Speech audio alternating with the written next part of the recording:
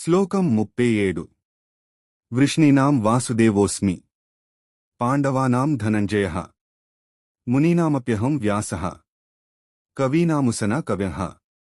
శ్రీకృష్ణ పరమాత్మ అర్జునుడితో ఇలా అంటున్నాడు.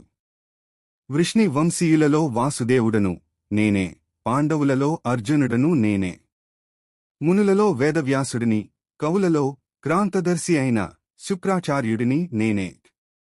అర్థం: మనము ఒక గొప్ప నాయకుడిని చూసినా, ఒక జ్ఞానవంతుడిని చూసినా, ఒక కవిని చూసినా ఈ గొప్పతనం భగవంతుని నుంచే వచ్చింది అని గుర్తుపెట్టుకోవాలి. అందుకే గర్వం కాకుండా వినయం ఉండాలి. సారాంశం: వృష్ణివంశంలో వాసుదేవుడు, పాండవుల్లో అర్జునుడు, మునుల్లో వ్యాసుడు, కవుల్లో ఉసన కవి. ప్రతి మహానుభావుడిలో భగవంతుని విభూతి ప్రకాశిస్తోంది.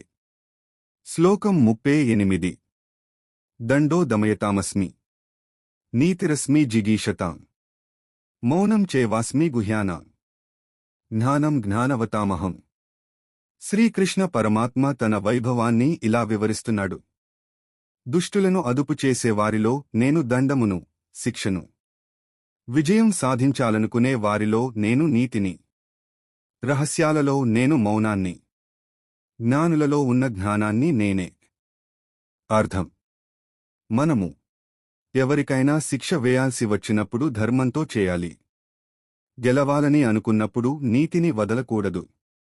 ప్రతి విషయం మాట్లాడకుండా మౌనాన్ని పాటించడమే కొన్నిసార్లు గొప్పతనం.